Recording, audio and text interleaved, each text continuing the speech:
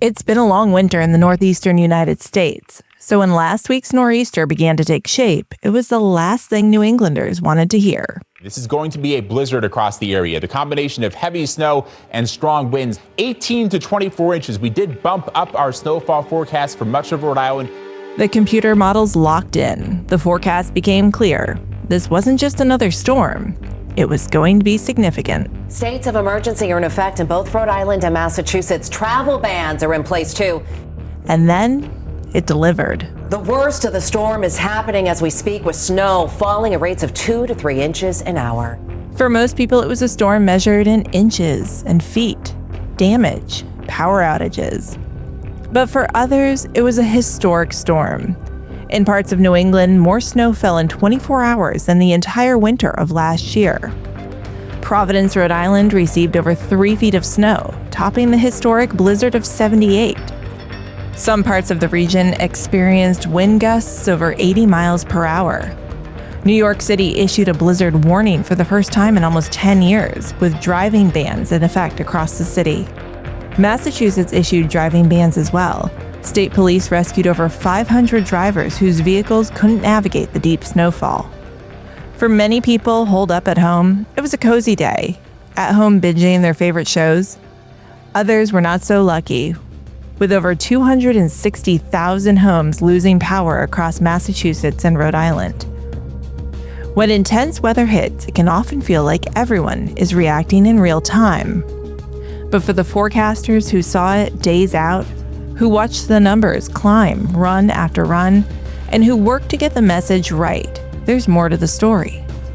There was like 4 model runs, during that time, and it just kept going up and up. Like, you're looking at this and you're like, this can't be true. I mean, you can't be talking about record snow run after run.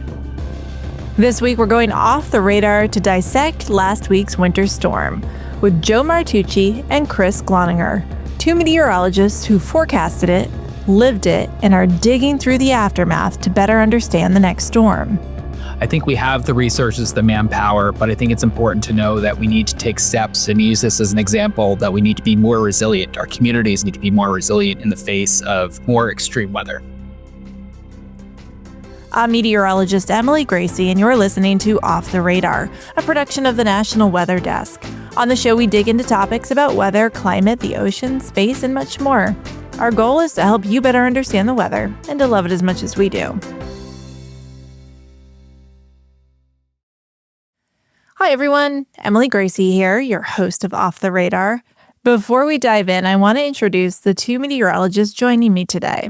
And full disclosure, these are 2 friends that I genuinely respect and trust for accurate weather and climate information.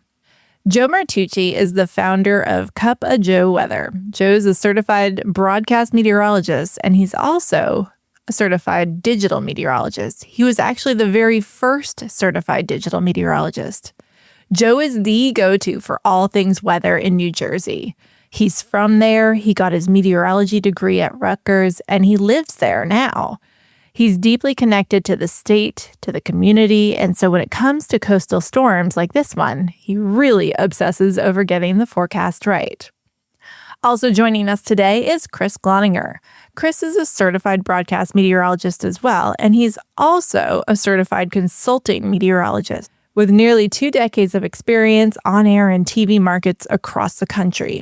He's also become a leading voice in climate communication, helping viewers understand not just what's happening in the moment, but how those moments connect with long-term climate trends. I'm really glad to have them both here for this conversation today, so let's dig into the blizzard of '26. Hey guys, welcome to the show. I can't wait to pick your brains a little bit here about the snow that's been going on. This has been rough for folks in New England. And Chris, you have been not only a forecaster, but also kind of a victim of this storm. And I know, Joe, you got quite a bit as well. So we're going to dig into it. I know all about both of your backgrounds, but our viewers do not. So I want to talk about that. Joe, you are really diving into the digital world now, but can you give me a little background on what you've done so far in your career and where you are now? Yeah. I appreciate being on, Emily. Always a pleasure. So I actually started. It's kind of interesting in terms of working. I started as a TV reporter, but no weather, just reporting. It was like a temp to hire position, and it just didn't work out, which is fine. I knew I wanted to do weather more than I wanted to, talk in front of a camera. So that actually led me into weather consulting, WeatherWorks. But I was there for 3.5 years. I learned so much about weather they still cover from New England down to the mid-Atlantic and out to Chicago. So winter weather was like the bread and butter there. But eventually I wanted to get back into media. So I started doing radio at WeatherWorks. I ran a lot of our social media stuff. Even did some sales to just get used to cold calling people and chat. And then thankfully, the Press of Atlantic City took a chance on me, who didn't have any like formal weather media experience full time. But the Press of Atlantic City, despite being a newspaper, actually, to our knowledge, was the first place with a full-time meteorologist working in digital for any newspaper company across the country. We had a meteorologist, Dan Skeldon, before us. I took after when he left, and I was there for 6.5 years. And then after that, unfortunately, like many in the industry, consolidation, other things lead to layoffs. I was laid off in June of 2024, but then started my own business in the fall of 2024 and been going strong You've been since. killing it, man. And like you have been so busy during this storm too. So I'm sure you're ready for like a good night's sleep at this point. I'm going to sleep eventually. I don't know when, but eventually. Chris, let's talk about your background. You very much come from a TV background and you've pivoted as well, right? Yeah. So Emily, great being with you and Joe this morning. So my background, 20 years in broadcast before switching out to climate consulting. Spent time covering the storms. And what's fascinating is, and I was talking to my wife about this is really the first time that I was in kind of the epicenter of the worst impacts of a storm, right? And when I was at NBC in Boston, I spent so much time covering hurricanes for NBC, flying everywhere in the country. But you're there for a couple of weeks and you're around the damage, and it's awful. And for those communities, so difficult. But then you fly back out and your life resumes as normal. And this is very different because we're kind of stuck in this bizarro world post blizzard, and it's been a little bit challenging.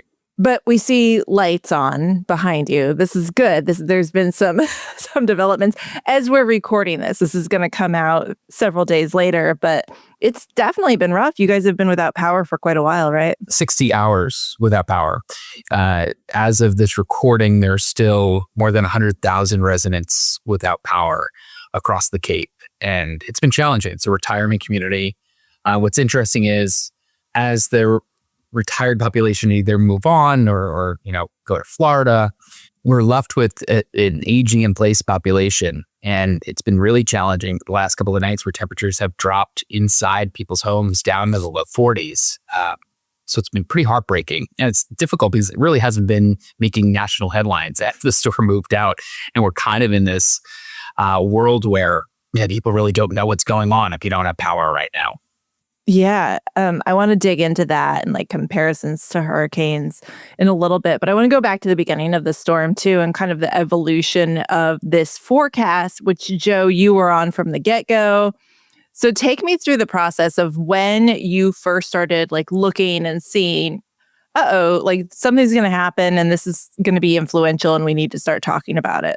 Well, in my head, I was thinking about it since the Sunday before, which is let me look at my calendar, the 15th of February here. And, then you get people texting me, showing me screenshots of their weather app saying snow. And that's, maybe we'll get into that. We will. But I would say we started like legit talking about it, publicly on Tuesday before. And I actually liked the GFS model, the American model, as much crap as it gets, and I think a lot of it's unjustified, but I did like what it showed in the upper levels of the atmosphere, which was there was going to be a negatively tilted trough, which means a mature low pressure system off the, North Carolina-ish coast. So, while I wasn't ready to say 36, 40 inches of snow, like, the GFS model was saying, I had a pretty good feeling that something was going to happen. So we started talking about it on Tuesday. And then, of course, all the way until, through the storm, and even when, Wednesday, even after the storm, we're still talking about it. Was there anything like that's happened so far this year when it comes to the models that gave you like hesitancy in like thinking maybe I should hold back or maybe I should talk about this more? I guess I'm trying to ask, did any of the previous storms this winter, because there have been so many, influence your forecasting of this particular storm? Not really. So the way that, and maybe Chris can back me up on this, but like when we look at the snow that we've had this winter, the NAM model has actually done the best. If you're looking at, the snow and where it fell and how the dynamics were, but the North American model, NAM model, only starts 84 hours before. So when you're talking Tuesday and you're 5 days before, the NAM isn't even around yet. So I guess the answer is no at first. And then as the NAM came into view and the NAM was showing, for New Jersey, historic snow, 35, literally 40 inches of snow for parts of the Jersey Shore. Well, then you're like, well, hey, it did the best with this, past couple of snows. GFS, I like the pattern setup. GFS is showing big snow, NAM showing big snow. And, at that point, I felt, again, confident that there was going to be a large snowstorm. We didn't get a historic snowstorm, unlike Chris, but we did get a large snowstorm for the Jersey Shore. Yeah, and we should point out that you are like forecasting for a specific local area. Chris, what about you? At what point were you like,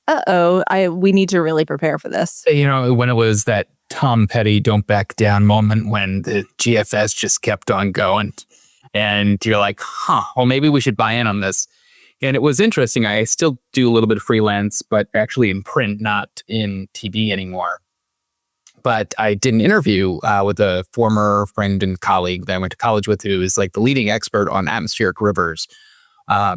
Jay Cordera. It's now at Scripps. And he said what's pretty interesting is when you shift the tails of probability distribution even slightly, it can lead to huge increases in the likelihood of extreme events. And that is where our models really have a difficult time picking up on and forecasting out. And that's why you see them kind of waffle back and forth between the two. So it's a fascinating conversation that we had. And it shows that we don't really have enough data and other storms from the past that these kind of models can kind of calibrate with and kind of hold on to a particular solution. So I found that very fascinating. And honestly, that was a kind of look under the hood for me that I wasn't really, I had no background in and no knowledge on. But to see that eventually the Euro cave and show a major snowstorm, then he started to realize that, this is going to be the big deal. That 24-hour span from like Thursday afternoon to Friday afternoon, there was like 4 model runs, during that time. And it just kept going up and up with the GFS and the NAM and, even the European. It was like, I really don't think, I've never seen anything like that. I don't think I'm going to see anything like that, just because like you're looking at this and you're like, this can't be true. You can't be talking about record snow run after run. And just for a little background for the listeners here, it's not only about the snow, but what we call precipitation or QPF on it, showing 3.5, 4 inches of liquid. It wasn't like this was a Fugazi snowfall total forecast. If you go off the QPF, the snow was legit. And by the way, we didn't have, at least in New Jersey, I can't remember specifically for you, Chris, in New England, but, we didn't have cold air going into this. It was 50 degrees Saturday and it was 35, 40 Sunday morning before it snowed. So, that was incredible. Again, we didn't get those totals in New Jersey, but, it is just interesting to see it go up and up and stay steady on that major snow. Yeah, those amounts did happen just a little bit farther east across Rhode Island and southeastern Massachusetts. Sure. Okay, I want to talk about snowfall totals and responsible messaging. And I'm curious too from both of you, because there's been a trend this year of people even, meteorologists, even our colleagues, putting out snowfall totals maybe earlier than the general population of meteorologists might agree with, and even early model runs or isolated model runs. So a couple of different questions I want to bring up and discuss is, what is the ideal time period to start putting out snowfall totals? And then also, did you have any bias this go around? Like, it's not going to be that big because all of these, armchair meteorologists are putting out these big snowfall totals. So I need to dial back. So how does that all work? I will preface this with, early in my career, I made the big mistake. And I think this was like one of the first weather graphics to go viral. And it was when I was at WISN in Milwaukee, Wisconsin. And wind chills were forecast to be around 70 degrees below zero, which was an extreme. And it was probably the other end of the spectrum of, all right, we know it's going to be cold, maybe not that cold. And it posted and went viral. And I still see that map today posted when there's going to be cold across the Great Lakes, right? So I learned the hard way where, that thing went viral. But that's the point we're at, Emily, when you're competing with other TV stations, when you're competing with other meteorologists and you want the clicks, the likes, the views, the shares, you're wanting to get that information out there. And Joe, I know we'll probably talk a little bit more about this, but that's the whole background and idea of the Certified Digital Meteorology certification through the American Meteorological Society, to pull that back and to make sure that we're doing things in a scientifically appropriate way, I guess you could say, because, you're getting some of these views and shares that are in the thousands and people are getting money off of that. So even if you know that that solution is not going to verify, why are you posting it other than to make some extra money, which is really kind of heartbreaking. And maybe that's not even the fault of the meteorologist. I think as a profession, as a field, we are grossly underpaid compared to other sciences. And I think that also needs to be addressed, because the backgrounds and the degrees that we have, hold up against any engineer, any, physicist, anyway. We can't keep on keeping on with posting these graphics just to get clicks and views. Yeah. So to answer your question directly. So I think 48 to maybe 60 hours before the snow is when you put out a first snow map. That being said, I think there's ways to talk about the snow, forecast without actually putting like 8 to 14 inches or 20 to 30 inches. So one thing I've done that has been really popular, at least on my website and socials, is showing scenarios. And this was a great example of that, because this storm, to me, there was two scenarios. And one was, it was going to stay so far east that we were just going to get grazed, or was going to be a big hit. So I was like, well, if it's scenario 1, it's this much snow. And if it's scenario 2, it's this much snow. So I think that's an okay thing to do. I also, did, and there's some detractors, and I understand, but I'll do, best case and worst case scenario, kind of like what the National Weather Service does. And they do get some crap. And I got some crap from like, oh, well, you're saying 1 to 18 inches. That means you don't know what you're talking about. No, it doesn't. It actually means we know what we're talking about, because that's the range. And you sometimes I think people think Joe, you're hiding some really good juicy details there. Just tell me what you really think. I'm like, I literally don't have any other information than that. Now, to get to the posting, or other people. So yes, our certified digital meteorologist, a seal that we have, does call for responsible talking about, especially snow events. So doing things like I just said would be under the realm of responsible. But we have seen people, and I think the difference this time, it is a little bit more in our meteorologist community, talking about, these, posting a snow map without giving context. Look, here's the thing I would say. My Facebook page is monetized. I know how much money I get from my Facebook page. I can't imagine that you are getting that much money for posting a crazy snow map if you're covering a local area. I just know what the numbers are. You're getting $50 probably on one post. That would be my guess. Now, if you're a national person, you got, millions of followers, different story. But most people are not in that boat. I'm not in that boat. So I just don't think it's worth it for that. And again, I think by being true to your area and local, there's other things to talk about that's going to get reach. look, on Facebook alone, from February 17th to the 24th,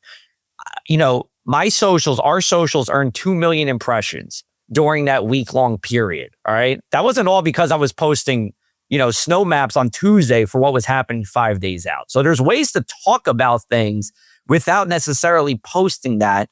What do you do about it? We're trying to figure that out at the AMS level. We need to figure out two things. One, where is our leverage as a society that we can do, that we can fight back against this?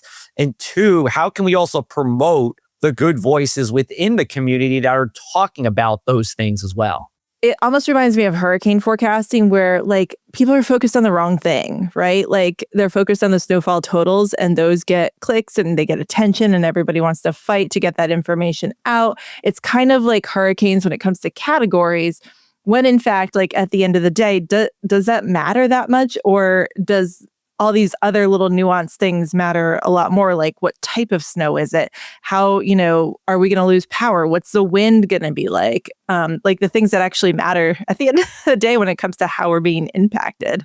Yeah. I mean, just with the snow, listen, I don't think it was very hard to get an accurate snowfall measurement because of the blowing and drifting snow. I mean, I don't even know how much snow I really had. I would say about 1.5 feet. But could it have been 15 inches? Could have been 20 inches, maybe. But the impacts were still the same.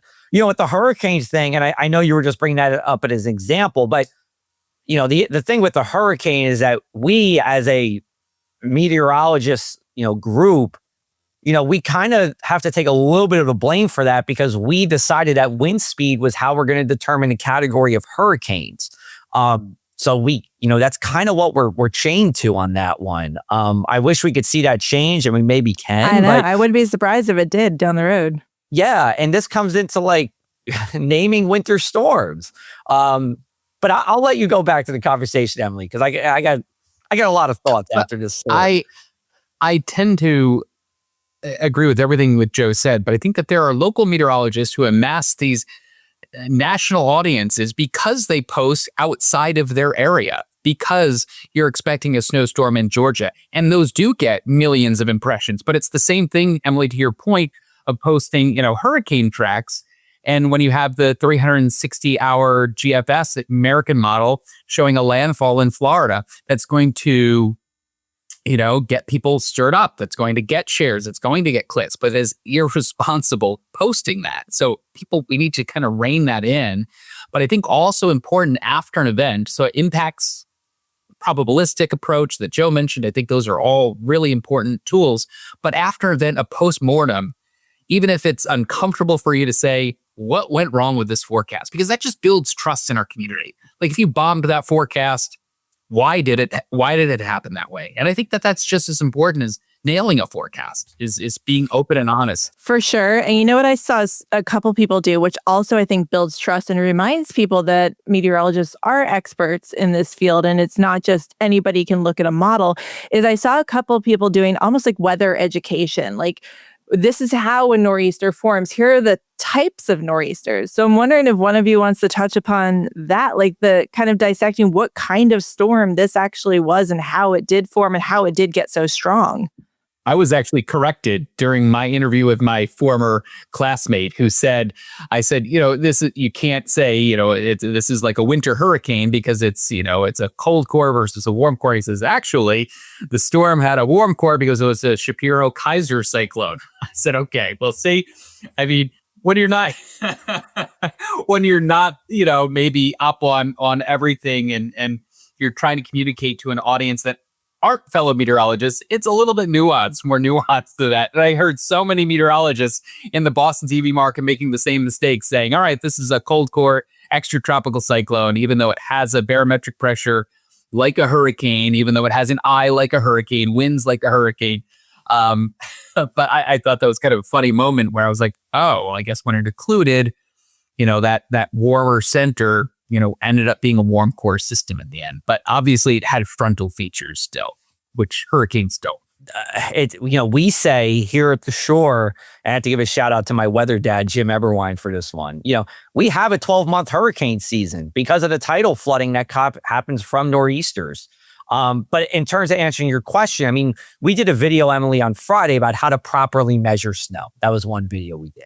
We did I talked about Miller A versus Miller B cyclones, and the differences with that. What is the difference, Joe? Can you explain, like, briefly? Man, yeah, sure. So a Miller A cyclone is a low pressure system that forms off the southeast coast and runs to the northeast.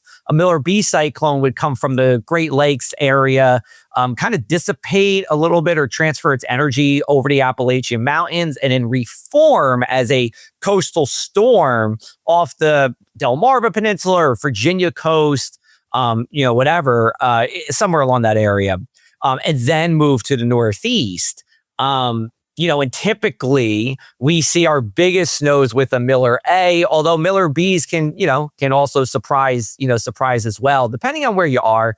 For us in New Jersey at the shore, Miller Bs don't bring as much as Miller A's because we just don't usually have enough runway of a low pressure system to strengthen to do that. So was this Miller B or Miller A? So it's hard to, Chris, hop in. I want to say Miller B, but I would say it was a Miller B cyclone. The only thing that gives me a little bit of pause is that it was like a very far south Miller B. I wouldn't say this was a traditional Miller A. What do you think, Chris, on that one? I said it was Miller B if we had to pick one. And I'm going to hedge and say it was almost a hybrid. And if you're going to talk about a hybrid, which characteristics it to, which basically you heard Joe's definitions of both, you basically saw two of those, ingredients coming together to form what it did. It was quite atypical, and how it did form. Maybe there needs to be a C. Maybe we need a Miller C. It might need another. Yeah, absolutely. Chris, I want to talk to you because you're not only a former broadcast meteorologist, you work in the climate realm now, so you've got this climate expertise. Can you talk about climate implications of this? Because I think that, like, straight out the gate, people are like, it's been a cold winter, it's been a snowy winter. This is not like climate change isn't happening is kind of, the overall narrative I've heard a little bit, but also there's implications when it comes to like just how heavy snowfall can get, correct? Yeah. First, I think, and this is a really kind of wide view of what's happening. This winter, for example, it was really the megalopolis of DC to Boston that was really cold. The rest of the country actually was super warm. The rest of the world was pretty warm, right? But the national news especially hyper-focuses on this one little narrow corridor in the United States, right? And of course, it gets so much media attention. And a lot of people do live here, obviously. So for a lot of people, that perception is this is a cold winter. But what we're seeing is, and this is research that I just looked into going into this storm in particular, we are seeing tendencies for these storms to intensify at a much faster pace, like a hurricane with rapid cyclogenesis, where hurricanes go from a tropical storm to a Category 5 hurricane within 24 hours. Same thing kind of happens, as Joe mentioned, with that bombogenesis. Those cases are happening more regularly. And what we're seeing here now is a storm that holds more moisture than it would have 100 years ago. And what does that look like? Not just more snow, but the damage to the infrastructure that we saw with this past storm. When you have, for now day 4, 100,000 plus customers without power, it shows that this is a pretty significant trend that we are seeing. These long duration, high impact events that are becoming a little bit more regular. This isn't the light and fluffy snow that you can, brush off with a broom. This is back-breaking, crippling snow that is already causing major problems to our infrastructure. I think that's what we need to worry about going forward. Maybe less of these events when it comes to, rain versus snow, maybe more rain events versus snow. But when they do snow, they're going to be like this. They're going to be like coming down, with cement. Can you talk a little bit about your experience in this particular storm and what you saw and the aftermath? Boston averages about 50 inches of snow over the course of the year. Because Cape Cod is surrounded by the ocean, it moderates our climate a little bit, and we see an average 25 inches of snow. This area, it's probably the contractors that largely do the plowing, so your people that cut the grass during the winter or during the summer are attaching plows to their trucks and are contracted by the towns to remove snow. That just sets the stage so that this area really isn't as prepared for these mega events. When this hit, and when we saw those bands of 2-3 inch per hour snowfall rates, it was one of those moments where you were like, oh my gosh, this is going to be bad. We were outside, my wife and I were trying to keep up with the snow, and the sound was terrifying. The only thing I can relate it to is a hurricane, just the winds, the trees in full motion, but the popping and the cracking was honestly terrifying. And you had large limbs. We were on a drive, and there was a large limb that would be the size of, a medium-sized tree that was nowhere near another tree, just on the side of the road, meaning it was picked up, lofted, and then dropped because we had 80 to 90 mile per hour wind gusts across parts of the Cape. Like, that is truly eye-opening. So, we lost power about 6 hours in, or without power for 60 hours. And that's a story community to community. And each town was hit, pretty much harder and harder the farther out you go in the Cape, the farther east you go. And I think that this cleanup is going to take weeks, if not longer. So personally, my wife's car was crushed with a falling tree. We have 3 trees down on our property that we need removed. It's a mess. And we're not the only ones. It's pretty much everyone on Cape Cod. You've been out kind of in the community helping assess, clean up. What have you seen because you did say, it's an older community. Are people doing okay? Are we going to see repercussions for like the next few weeks as far as people continuing to get hurt from the cleanup or even die from not having heat? Absolutely. And I encourage anyone that's in a disaster to look out after your neighbors. I know that sounds corny and cliched, but what we found in this, our neighbor across the street who we just waved to, we could tell his health was deteriorating. They're in their low 80s. They moved here from Buffalo, New York to be closer to their kids. The ambulances couldn't get here. And we just found out he was diagnosed with ALS and he couldn't get up. So they called my wife and me during the height of the storm, and we went and picked him up. And then we tried to shovel a pathway so when the ambulance could get through, they didn't have to trudge through knee to waist deep snow. Their house dropped down into the 40s at night because they had no electricity. And that this is a community which is largely 65 and older across the Cape. I'm not going to call it a humanitarian crisis just yet, but if it keeps going the way this is going, it certainly could be. And I think it's a lesson that we need to learn, that even when a disaster is over, it's important to kind of keep the coverage going to make people realize that, there is a crisis that is ongoing. You can't just pull the media out in a day or two and then life goes on. Yeah, it's hard because everybody wants to kind of watch like the sexy part, right? Like the snowfall totals, the cool pictures of snow coming down, but like it's really sad afterwards. And it's the same thing with hurricanes. And I know Josh Morgerman, I'm sure you guys know who he is. That's like a big message that he puts out there as well, is like, don't stop watching when the storm is over. And Chris, you've been doing that on social media. That's just as important, right? When it comes to digital messaging as any other part of the storm. Yeah, providing safety tips, right? I was a firefighter in my younger years, and, fires double every 60 seconds. With this kind of snow, it is well above a fire hydrant. You're talking maybe, 2 feet, 3 feet above a fire hydrant. Dig them out so the fire department, can access it, right? And make sure your vents, your dryer vents, your gas vents are uncovered, because CO2, there's a tragic story where a student, she was charging her phone in her vehicle, 21 years old.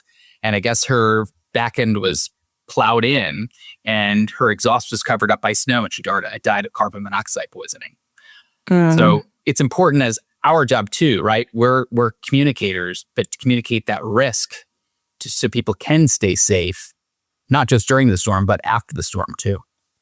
Yeah, it's important for meteorologists to realize like the messaging that we are responsible for, because I think we often think we're scientists. Let's talk about the science part. But there's all these other more difficult parts that are just as important when it comes to the messaging, which kind of goes back to like the best practices on digital. And one thing that I think a lot of people kind of forget too is because meteorology has like typically been broadcasting for so many years, there's this level of competition that people feel because everybody's vying for like the ratings of the 6 p.m. news. There's only enough ratings to go around. So like everybody wants it, but it doesn't really work that way in the digital space, right? Like there's kind of room for everybody at the table, especially there's so many different messages to go out there. Like, why do we all have to be fighting for the same thing with the snowfall totals when, Chris, it can be your job to talk about the aftermath, and Joe, it's your job to talk about, how to measure snowfall and how to prepare for this. So I don't know. What are your thoughts on that? Like, do you feel like we're fighting too much online unnecessarily? I would say in the past month, there's been a little more infighting than I feel like usual. I don't know why. Maybe everyone's just upset about how cold and gray and snowy this winter is, because, meteorologists, I would say, right? I mean, are pretty friendly with each other. We all kind of go through the same stuff. I'm not a big fan of, airing out grievances publicly. But at the same time, that's where that's maybe where impacts can be made. You want to focus on what's most important. It's pretty much the same as building a newscast, like in traditional like television news. I mean, on Sunday and Monday, I literally, the night before, both nights, I took a pen and paper and I was writing down, here's what I'm going to talk about at 5, 6, 7, 8, 9 a.m. I mean, and as it comes through, as that storm comes through, you of course adjust.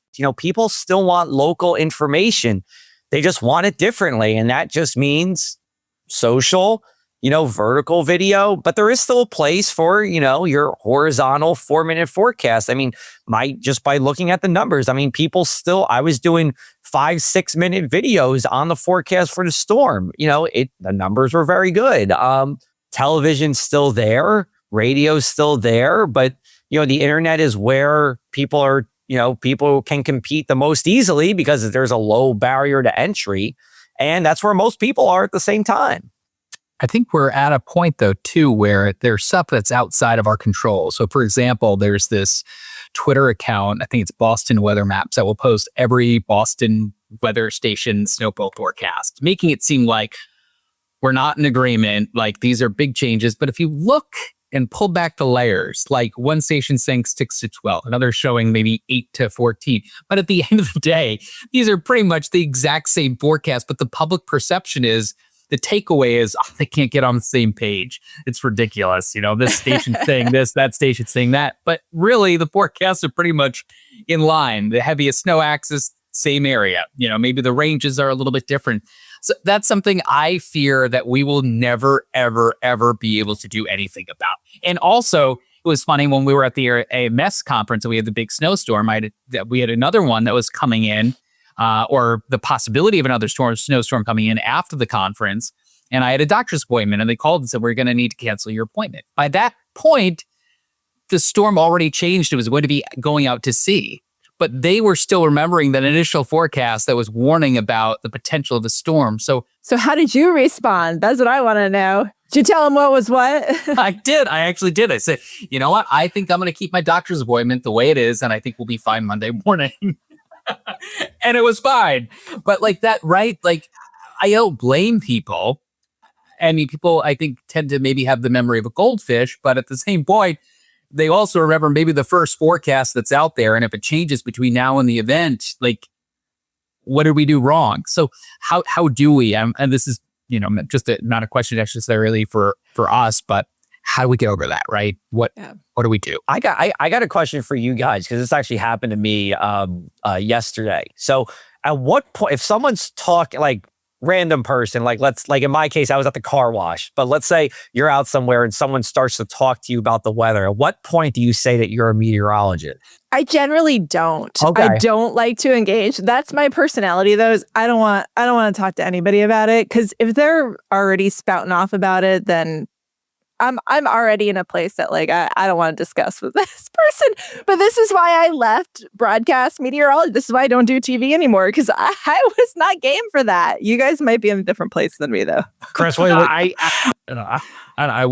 I hear someone say, "Oh, they're saying this," it's the same thing as Emily. Like the older I get, the less time I feel like I have to engage with people that I really am never going to see again, and it's like life is too short. I know. Early in my career, I wore my station jacket everywhere. Yeah. I engaged with everyone. Now I'm like, I can't wear that out in public. Someone might talk to me. Yeah, I do agree with, like, it depends on the tone. Like, if it's like, if they're mad and whatever, sometimes I won't engage. But in this case, at the car wash, they were, she was young, maybe 20 years old. And she's talking to me. She was saying, I forget. She was saying, "Oh, this snow is, crazy." Just kind of make small talk. She said, and it says that we're going to get 6 inches of snow on Friday. And by the way, I don't know why that was even a thing. And I was like, "Oh," I said, "Oh, where'd you see that? Your weather app?" She's like, "Yeah, my weather app." And now it doesn't have it anymore. And then her friend or her coworker, who was like the same age, she's like, "Yeah," she's like, I don't know why he keeps like switching like that. It's crazy. I said, "Well," and I gave her my business card. I said, "I'm actually a meteorologist." And they were like they never met one before, which is true with a lot of people. They've met one. They're on Twitter. Well, that's a good little call to action there. Like, you don't have to engage, but here's my card and check out my YouTube channel. No, well, we had a really good conversation for like 5 minutes. I was lecturing them about the weather, generic weather apps, and I gave them my new spiel on this, and I'll let you get back to your question. I'm sure you walked out and they were like, "Mansplainer." Maybe. But the one person, she did want to do some things with me on social media. She's like, "Are you looking for a social media manager?" I said, "Shoot me an email." I said, "Maybe we'll talk." So maybe I was mansplaining, but I genuinely think they were interested. I'm sure you did great. I'm just giving you a hard time. Right. Okay, well, let's talk about, you made me laugh when you said memory of a goldfish, because I think people do in the short term have a memory of a goldfish, but they also like never forget a big storm. So I'm curious what you guys are thinking when it comes to this. Are we going to call it like the blizzard of 26? Or are we going to just call this like the winter of 26 and they're all going to get smushed together? How do you think this will be remembered? I wonder if people are going to say this was a really bad winter in a few years' time, because this, like, at least for New Jersey, like, this isn't our snowiest winter on record. It wasn't like our biggest snowstorms on record. I mean, this was a good snow for us, but this is probably maybe our 20th biggest snowstorm statewide on record. I think what really does it for people is how long the snow cover's been on the ground. I mean, in New Jersey, we're used to like snow falling and then melting after a couple of days. And we really went like more or less a month, and probably going to end up being 5 or 6 weeks with snow cover. So I think people remember this as, it was a bad winter. I wonder if we're just kind of like caught up in the moment right now. And maybe with time, people will say, it was worse, but it wasn't horrendous. I don't know, Chris. I mean, for you guys, like, I feel like in the Boston area and Cape Cod, like 2014, 15's like, that was really bad that winter. That was memorable in Boston, but for everyone and anyone that is, above the age of 50, it's the blizzard of 1978, right? And that was a bust, aside from Harvey Leonard giving the forecast saying that storm is going to stall. But it's hard to use the storm as kind of the benchmark because they're all different, right? And even though this had a lower pressure, the 78 blizzard stalled. So, I know that will be memorable for a lot of people. But here on the Cape, when you're talking about a season that we've seen double the amount of average snowfall in a localized area, I think this is going to be memorable. In Boston, this might not be memorable. In Rhode Island, where they receive 40 inches of snow, I think it'll be memorable. So it's interesting. I think it's not just a blanket, this storm will be remembered. It will in certain areas, but I think in others, it may not. For example, the winter of 2018, we saw the worst coastal flooding in Boston's history, back to back in January and March. And those storms are hardly ever brought up anymore. And I thought for sure, this surpassed the flooding that we saw in the blizzard of 78. But in this area, geographically, I think it'll be remembered as the blizzard of 26. I think it's interesting to get the perspective of, you who's kind of in the bullseye, Joe who experienced it, but not in the worst conditions, and then me like from afar.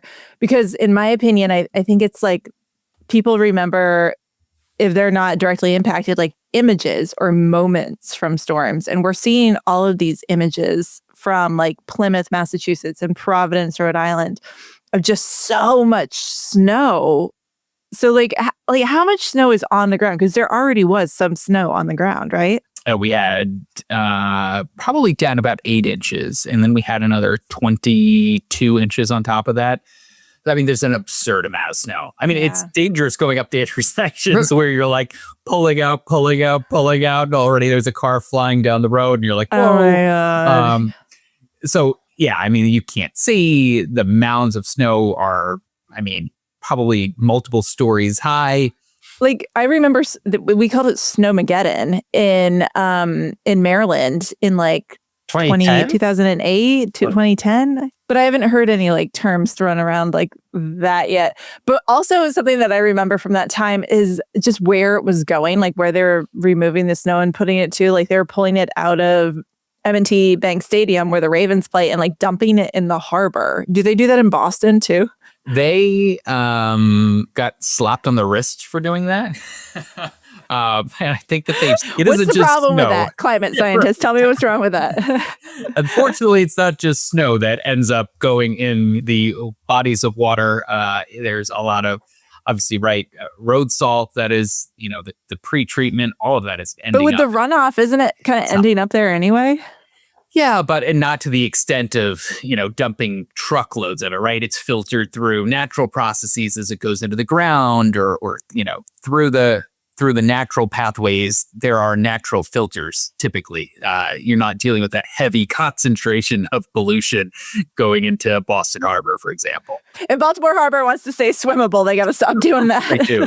I've seen these massive melters, though, which are pretty cool, where they dump snow and it just kind of turns it into water. Mm-hmm. Like, interesting. I think they do that in New York. There has been some cool tech coming out of this. Like Joe, I saw your wife posting those mats, that like warming mats. Yeah, warming mats. Yeah. That's cool. I've never seen those before. Yeah, now there's even like some driveways that are like heated driveways. You probably have a few of those in Massachusetts, right, Chris? We do? Yeah. I don't know how much my they wife cost, noticed that. but yeah, is that like energy efficient or how does that work? Probably not. Probably not. But you can, in defense of that, you can turn it on and off when you want. So you don't really need to run it all the time. And the other thing is too, like I don't even, like a heated mat wouldn't even work in this snow. It's too much. Like that's good for like your 1, 2, 3 inches of snow, melts that off. I wouldn't. We could use that in Charleston because we don't have like shovels. Yeah, there you go. Yeah. It's like we don't have any means to remove anything. We could use that. Guys, do you have anything else you want to share about this storm or your takeaways from the winter as a whole? Hopefully this is it. I hope not. I mean, look, I love winter from December 1st until March 17th, and then I'm done with winter. Once it's St. Patrick's Day, in the ideal world, I would be in Florida from St. Patrick's Day until Memorial Day. And then, just so I don't even have to think about the cold weather anymore. The cold and the snow that we had, here in New Jersey, is something that take it in because it is something we're not going to probably see in a while. Now, last winter was colder than average. This one's definitely going to be colder than that. But it's also interesting, from a climate change perspective, that despite, the well below average temperatures, average is only off of 1991 to 2020 averages. And really what this has ended up being is in New Jersey, at least in New Jersey, our records go back to 1895 from the state climate office. This is in like the coldest third of winters, but not in the top 5, not in the top 10. And the number of cold temperature records that we've broken aren't really that many. So yes, it's cold. Everybody, it's definitely cold, but even the snow cover that we've seen is not record breaking. Or even in most cases in like the top 5. These kind of winters are just fewer and far between as we go forward in time. I think as a meteorologist, one of those cringe things we hear is, you have the one job where you can be wrong 50% of the time and still get a paycheck. Now, as I pivot to a new role in kind of an atmospheric science realm, but in the climate world, I could use some global warming. I just don't say that. Understand I literally that. just cringe. It is cringe. It's we're looking at a global, pattern, global changes, not just what's happening in New England, not just what's happening this winter in New England, not just what's happening with this one storm. And it's important. And as what Joe mentioned, I'll reinforce it. We're still getting these events, but they're not cracking the top 10, top 5. But for us, as we adapt and we kind of adjust, and we don't remember as well those colder winters, these will stand out. But it's important to know that they're not really breaking records in a lot of communities. So, Chris, what can the rest of the country do to help Cape Cod? As individuals, what does Cape Cod need? What do these areas impacted by this particular storm need, other than us shining a light on your content? I'm going to go share your content so everybody remembers this is still happening. What else is there? Thanks, Emily. I'm actually later today going on another damage assessment to a community. I think we have the resources, the manpower, but I think it's important to know that we need to take steps and use this as an example that we need to be more resilient. Our communities need to be more resilient in the face of more extreme weather. That is so important.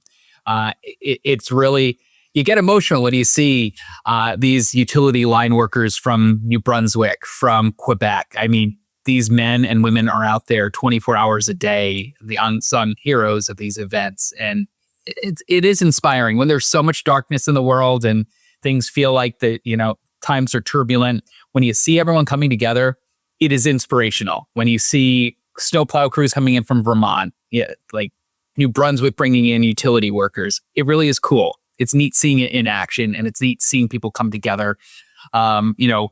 I think our neighbors might not be the same politically as we are, but, we shoveled them out. We've spent so much time with them over the last 3 days. We've kind of built a really nice bond with them, right? So use these moments to learn and to connect and to kind of bridge gaps. Well, guys, thank you so much. And Chris, we wish you the best of luck. Thanks for taking the time. Glad you got your power back and were able to join us today. And Joe, thank you for all you're doing, sharing great weather information. So I encourage everybody to check out Cup of Joe for Joe's content. And then Chris, where can we find all of your content? Just my name on X and Instagram.